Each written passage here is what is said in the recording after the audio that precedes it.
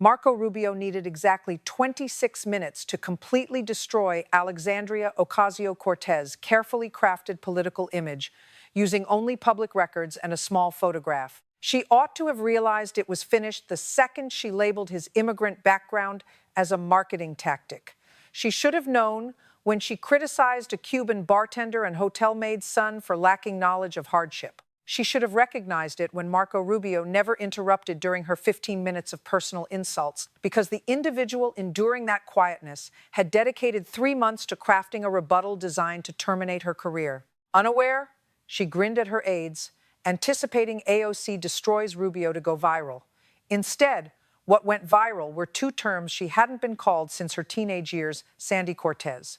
Hit that like button, because the ensuing events forced the whole committee chamber into absolute silence and compelled AOC to seek a recess she never recovered from. The House Foreign Affairs panel had summoned Secretary Rubio for standard testimony regarding diplomatic goals. Lenses from all networks were present. C-SPAN operated dual broadcasts, and the audience area was packed with a younger crowd than normal, holding more smartphones than notepads, radiating the clear anticipation of onlookers awaiting a brawl. They witnessed one, just not the conflict they anticipated. The initial 60 minutes where typical panel members questioned him regarding China, NATO, and Middle Eastern relations. Rubio responded, carrying the calculated command of an official approved 99-0 by a Senate that rarely agreed on anything. As the highest-ranking Hispanic American leader in U.S. history, he tackled inquiries with the exactness of an expert who dedicated decades to international affairs long before the majority of panel members even knew where their jurisdictions sat on a map. Subsequently, the presiding officer yielded the floor to Representative Alexandria Ocasio-Cortez for her designated questioning period. She refused to ask actual questions. Instead, she gave a monologue. It spanned 15 minutes, triple her permitted 5, with the leading Democratic official discreetly prolonging her duration, while the chairman permitted it, much like letting a fuse burn out of curiosity for the resulting explosion. AOC leaned directly toward the microphone, her tone holding the rehearsed sharpness of someone who had transformed congressional hearings into digital content for 7 years. Mr. Secretary, you were previously a moderate Republican championing immigration reform. Now you serve an administration dividing families at the border. You've abandoned every principle you claim to hold. She allowed the accusation to land, then proceeded.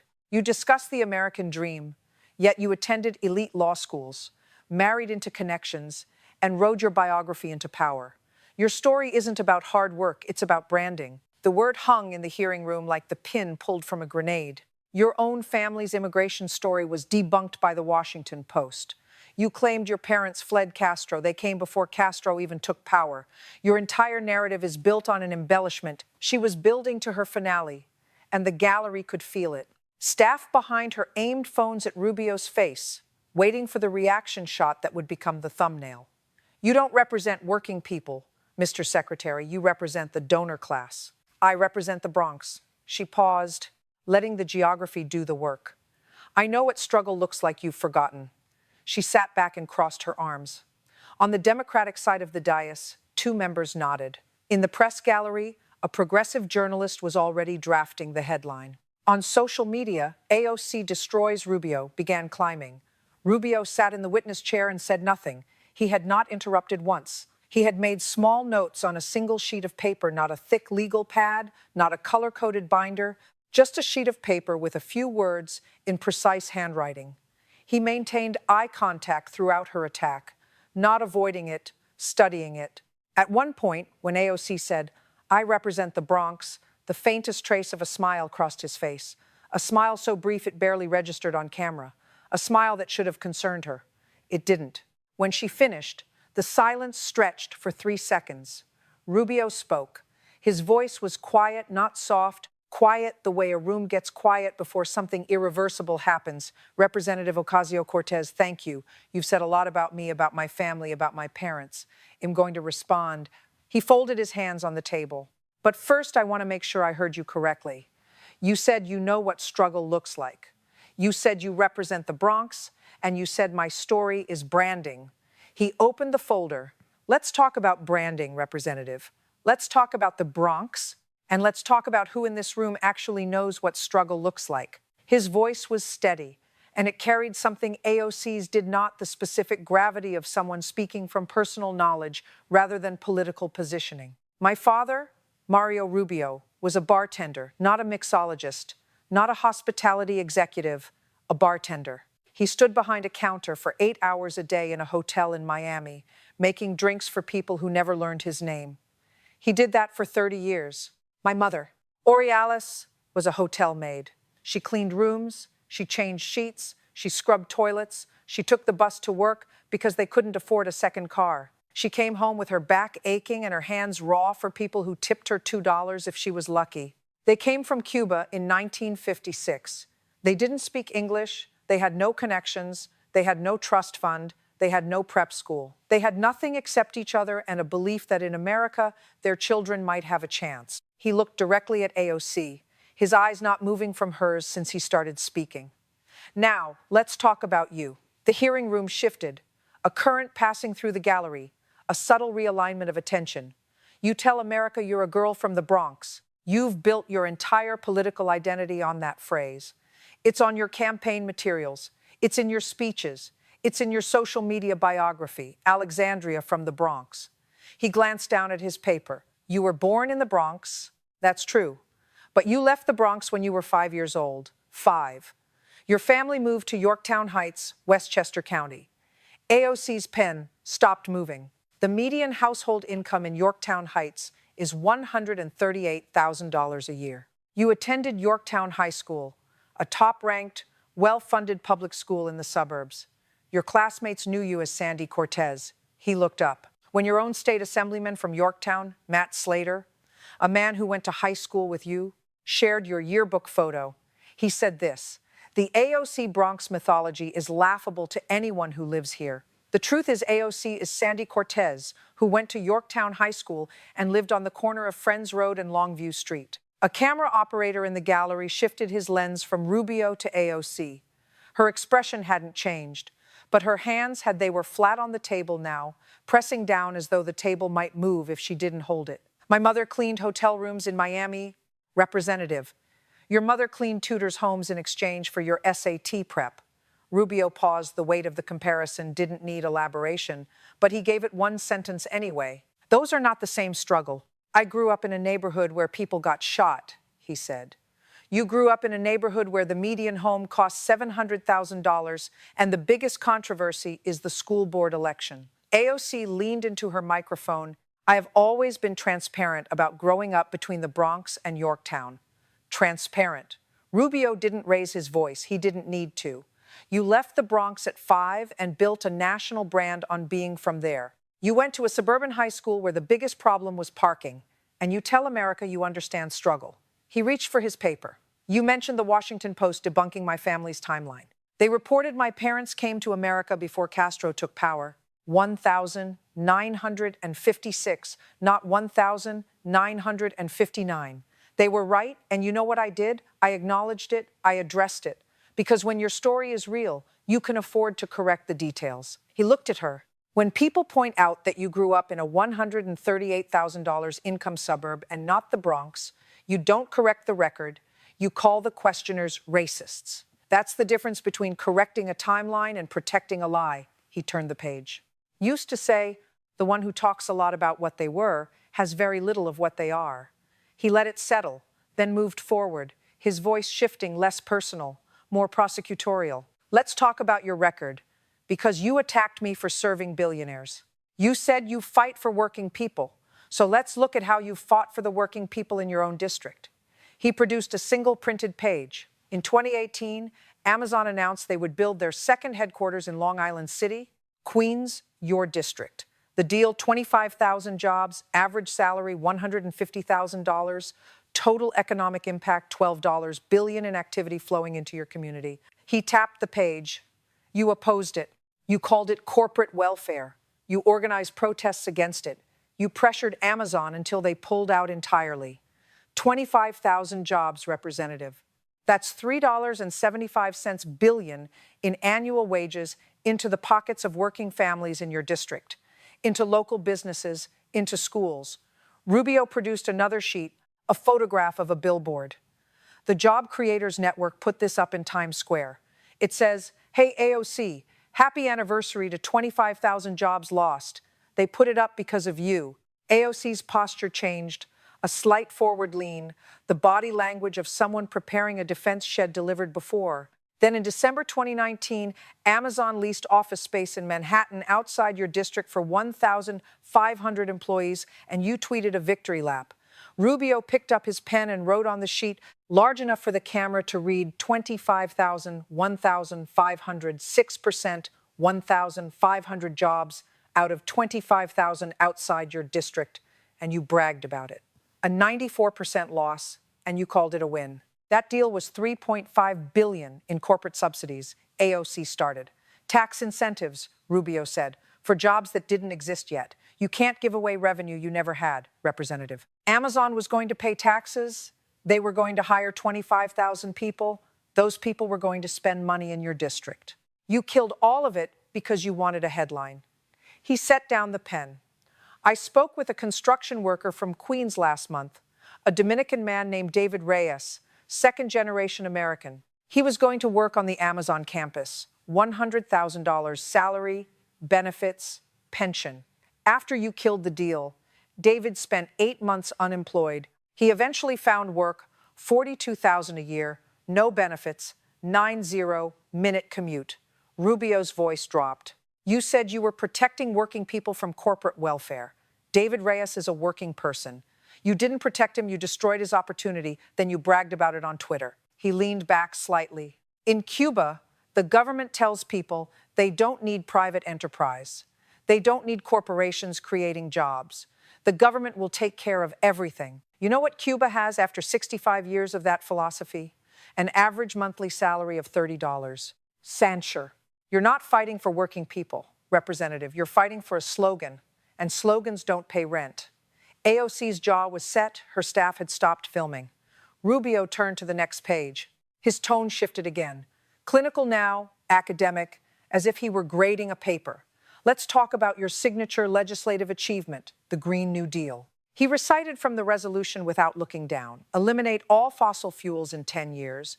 Retrofit every building in America. Guaranteed jobs for everyone. Free healthcare, free education, and my personal favorite, economic security for people unwilling to work. Cost estimate from the American Action Forum, $93 trillion. For context, that is more than the total recorded spending of the United States government since the Constitution was ratified in 1789. He paused. When asked about the cost, you said, and this is a direct quote, "It costs us zero if passed, because it was," you explained, "a non-binding resolution of values." He let the absurdity breathe. $93 trillion costs zero because it's just values. The Senate voted on your Green New Deal 0 in favor, 57 against. Not even your own party voted for it. The Democrats voted present, which in Senate language means we don't want our names anywhere near this. 0 votes, Representative, for your signature initiative. He reached for a document, a printout from a university research center, the Center for Effective Lawmaking, a nonpartisan project by Vanderbilt and the University of Virginia, ranked every member of the House on legislative effectiveness. You ranked 230th out of 240 Democrats, dead last among all 19 New York Democrats. He wrote the number on his sheet, AOC, watching him write it numbered 230, 240. You introduced 21 substantive bills. 0 received committee action, 0 received floor votes, 0 became law, not 1. Your colleague Rashida Tlaib, another squad member, was ranked 92nd. She got bills through committee, you didn't. He looked at her. You have 13 million Twitter followers. You have 0 laws. That is not representation.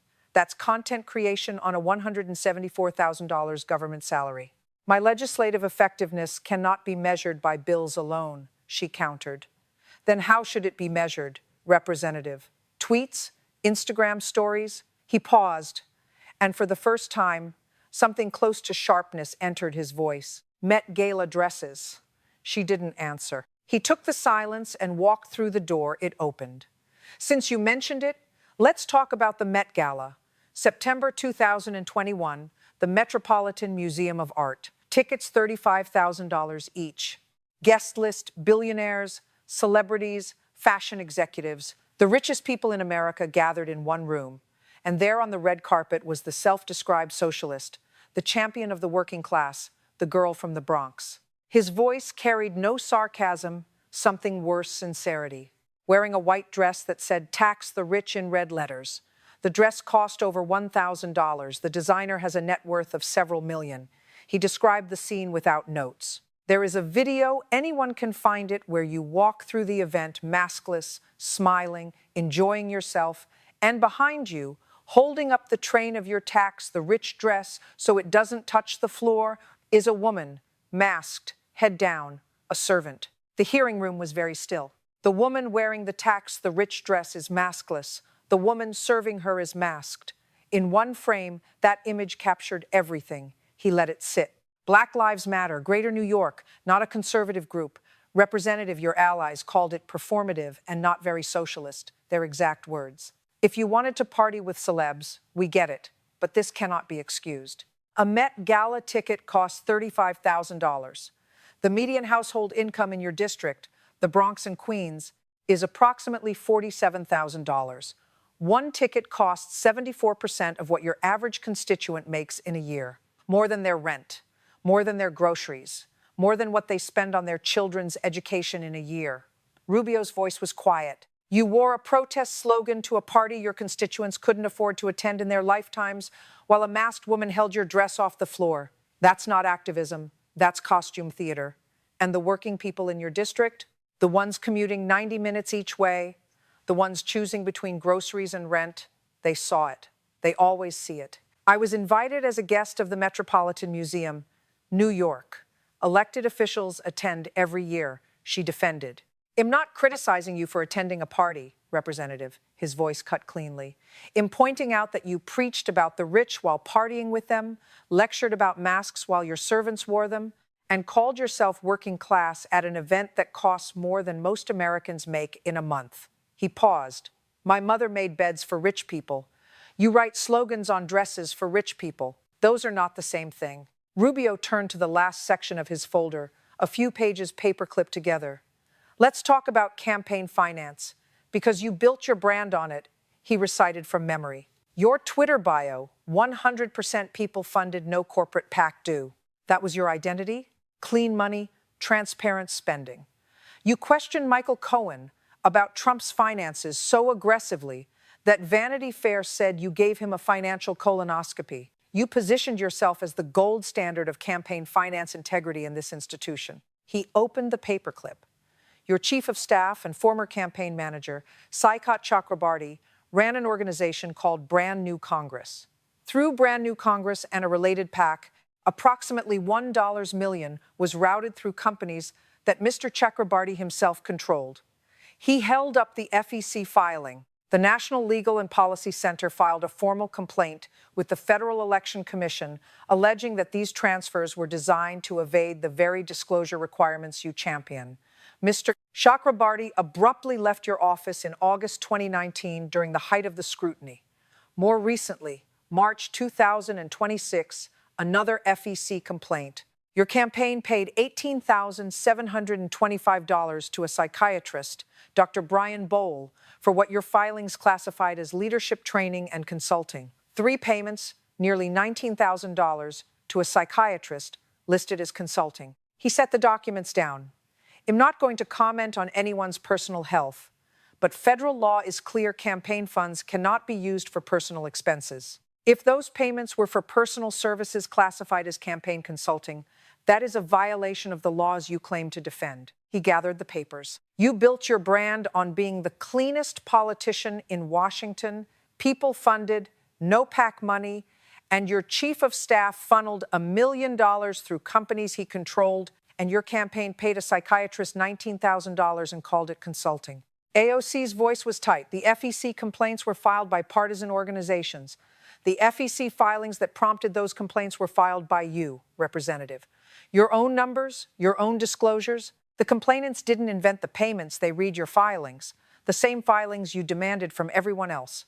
Rubio closed the folder. He looked at it for a moment, then he slid it aside and placed both hands flat on the table. When he spoke again, there were no documents, no papers, no props, just a man from Miami talking about his parents.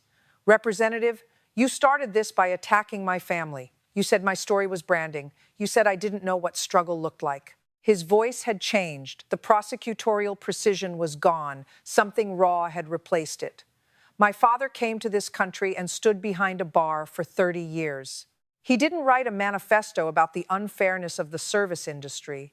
He didn't design a dress with a slogan.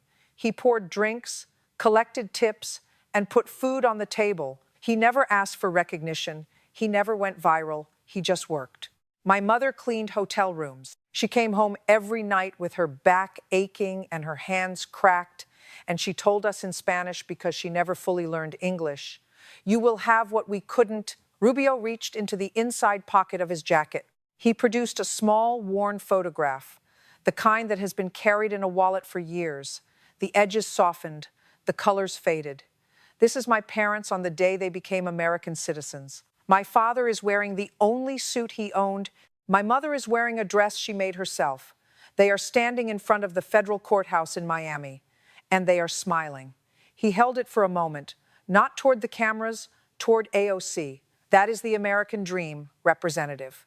Not a dress at a party, not a slogan on a Twitter bio, not a brand. Two people who came to this country with nothing and gave everything so their son could stand in rooms like this one. He set the photograph down carefully, face up, beside his folder.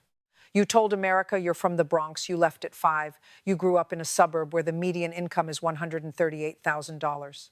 You told America you fight for working people, then you killed 25,000 jobs in your own district and bragged about it. You told America the economy needed your Green New Deal, your own party voted 0 for it. You're ranked 230th out of 240 inches effectiveness. You told America you're a woman of the people, then you went to a $35,000 party in a costume while masked servants carried your train. You told America your campaign was clean, then your chief of staff funneled $1 million through shell organizations and your campaign paid a psychiatrist and called it consulting. Rubio stood, not dramatically, just the simple motion of a man who has said what he came to say. You called my story branding, but my story is true, every word. The bartender, the hotel maid, the citizenship ceremony, the son who became Secretary of State, confirmed 99-0 by a Senate that agrees on nothing. Your story, it starts in the Bronx and ends in Westchester. It starts with working class and ends at the Met Gala. It starts with people funded and ends with FEC complaints. His voice carried across the hearing room, the way his mother's voice must have carried across a hotel corridor, clear, tired, and absolutely certain. My parents earned their American dream. You manufactured yours. And the people watching this, the real working people, the ones who don't get invited to galas, the ones who can't afford a $1,000 dress or a $35,000 ticket, they can tell the difference. He buttoned his jacket. Tell me what you boast about, and I'll tell you what you lack. You boast about the Bronx. Representative, what you lack is the truth. The hearing room held its breath. AOC sat motionless. Her mouth opened slightly, closed. Her chief of staff leaned forward and whispered something urgent. She turned to the chairman. Mr. Chairman, I'd like to request a brief recess. Rubio picked up his folder and his photograph. I have nothing further, Mr. Chairman. I think the record speaks for itself. He nodded once, not to AOC, not to the chairman, but to the gallery, the way a man nods to his neighbors when he's done mowing the lawn, and walked out. AOC did not get her recess. She got something worse, a 1-0. Second clip of her requesting one. The footage went viral in minutes, but the clip that spread fastest was not the recess request. It was Rubio holding up the photograph of his parents, a faded snapshot of a bartender in his only suit and a hotel maid in a dress she sewed herself, and saying 5 words that would define the next 12 months of American politics. My parents earned their American dream. Within 48 hours, the hearing had crossed 90 million views across platforms. Sandy from Westchester trended globally for 4 days. The contrast, Rubio's parents' citizenship photo beside AOC's Met Gala photo, masked servant, and all became a meme template that redefined how Americans talked about political authenticity for the rest of the year. AOC's office released a written statement that evening calling the hearing a coordinated attack designed to silence a woman of color who fights for working families. The statement did not address Yorktown Heights. It did not address the 25,000 Amazon jobs. It did not address the legislative effectiveness ranking. It did not address the FEC complaints. 2 paragraphs, nothing in them. She followed with an Instagram live. 47 minutes, emotional, tearful at points, defiant throughout. Her followers rallied. They always rallied. But this time, something was different. The independent voters, the moderate Democrats, the people who had been uncomfortable with the squad but never said so, they didn't rally. They watched the hearing clip instead. They watched Rubio holding that photograph. They watched AOC requesting a recess, and they drew their own conclusions. CNN's Jake Tapper called it cross-examination in the purest sense. Secretary Rubio relied on public records, AOC's own disclosures, and a nonpartisan academic study. Whatever your politics, the evidence was documentary. The New York Times ran a moderate Democrats op-ed titled "The Squad's Brand Problem." Vanity Fair, which had once called AOC simply iconic at the Met Gala, published a deeply uncomfortable essay about authenticity in progressive politics that never mentioned the hearing by name, but didn't need to. The investigations moved faster than anyone anticipated. Within 3 weeks, the FEC opened a formal review of the brand new Congress PAC transfers. Saikat Chakrabarty's financial records were subpoenaed. The $18,725 in psychiatrist payments triggered a separate inquiry by the Office of Congressional Conduct, which requested all invoices related to leadership training and consulting, a classification that under scrutiny looked less like creative accounting and more like something a federal prosecutor would circle in red. The IRS Criminal Investigation Division opened its own quiet review of whether campaign funds used for personal expenses constituted unreported taxable income. Campaign staff were interviewed. The question prosecutors kept asking was simple: were personal expenses classified as campaign consulting? House Democratic leadership handled it the way institutions handle members who have become liabilities with silence. Hakeem Jeffries, asked at a press conference, said, "Every member is responsible for their own filings. I trust the oversight process." In Washington, that was the equivalent of changing the locks while someone was still inside. Squad members issued statements of solidarity, but the statements were shorter than before, vaguer, more carefully lawyered. The protective wall that had shielded AOC for 7 years was developing cracks. Her district poll numbers collapsed. Overall approval dropped 18 points. Among voters over 40, it dropped 26. Among Latino voters in her district, the constituency she had most aggressively claimed, it dropped 14. For the first time since her historic 2018 primary upset, a challenger in NY14 attracted serious money and serious attention. Her name was Maria Santos, a community organizer who had actually grown up in the Bronx, born there, raised there, still lived there. She ran a small business on Jerome Avenue. Her announcement video was 30 seconds long, Santos walking through Bronx streets, talking to neighbors who knew her by name. No costume, no slogan, no Met Gala, just a woman who belonged where she was standing. "I don't need to pretend to be from here," Santos said in the video. "I never left." The video hit 20 million views in a week, $3.8 million in small dollar donations in the first month, unprecedented for a NY14 primary challenger. The FEC concluded its review 4 months after the hearing. It found reason to believe that campaign finance violations had occurred in the brand new Congress PAC structure. AOC's campaign agreed to pay a $187,000 fine, one of the largest ever assessed against a sitting progressive member. The psychiatrist payments were reclassified as personal expenses and ordered reimbursed to the campaign fund. Chakrabarty declined comment through his attorney. The primary came in September. Maria Santos defeated Alexandria Ocasio-Cortez by 11 points. It was the largest primary margin against a squad member in history. Santos gave her victory speech at a community center on Grand Concourse. "The Bronx doesn't need a brand," she said. "The Bronx needs a representative. I was born here, I grew up here, I've never left, and I never will." AOC's concession was graceful on its surface. She thanked her supporters, she congratulated Santos, she did not mention the hearing, she did not address the FEC findings. She announced she would explore opportunities in media and advocacy, and within 3 months, she signed a multi-year deal with a progressive streaming platform, becoming exactly what Rubio had predicted: a content creator. 13 million followers, 0 laws.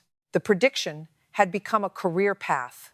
The FEC referred the Chakrabarti case to the Department of Justice for potential criminal violations. AOC was not personally charged, but was named as a beneficiary in the referral documents. The investigation remained open, a legal cloud that would follow any future political ambition, the way weather follows a mountain, never quite clearing, never quite arriving, but always visible on the horizon. Rubio never commented publicly on her defeat. When a political reporter asked him about it 6 months later, he shook his head. "I wish her well. I said what I had to say in the hearing room. The voters of New York said the rest." The reporter asked what he hoped people took away from the exchange.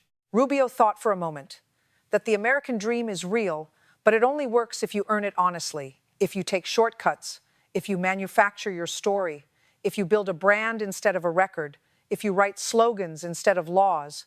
Eventually, somebody's going to ask you to show your work. He paused. "I showed mine, my parents' work. The bartender, the hotel maid, the courthouse steps in Miami. That's not a brand, that's a life." He stood to leave. And I think most Americans, the ones working 2 jobs and riding the bus and cleaning rooms and pouring drinks and trying to give their kids a better shot, they can tell the difference between somebody who lived it and somebody who performs it. In the Bronx, David Reyes, the construction worker who lost his Amazon job, watched the primary results from his apartment. His wife sat beside him. His daughter was at the kitchen table doing homework. The television showed Maria Santos hugging supporters. The Bronx, his neighborhood, someone who actually lived there. David didn't celebrate. He was too tired. He worked 60 hours a week at a job that paid less than half what Amazon would have paid him. His wife put a hand on his arm. "You okay?" David looked at the screen, looked at his daughter's homework, looked at the kitchen window that faced the street where nothing had changed in 7 years of being represented by the most famous congresswoman in America. "She killed 25,000 jobs," he said quietly. "Mine was going to be one of them, and she bragged about it." He turned off the television.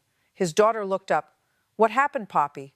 David smiled, the tired smile of a man who still believed in the country his parents chose. "Somebody finally asked her about it, mija, somebody who actually knew what work looks like." If you made it this far, you've witnessed what happens when the real American dream meets the manufactured one, and the real one wins. Smash that like button if Secretary Rubio proved that authenticity can't be faked. Subscribe for more moments where receipts beat rhetoric. Share this with everyone who knows the difference between working and tweeting about working. Comment below what was your favorite moment: the Sandy from Westchester reveal, the 25,000 jobs math, the Met Gala masked servant, the parent citizenship photo.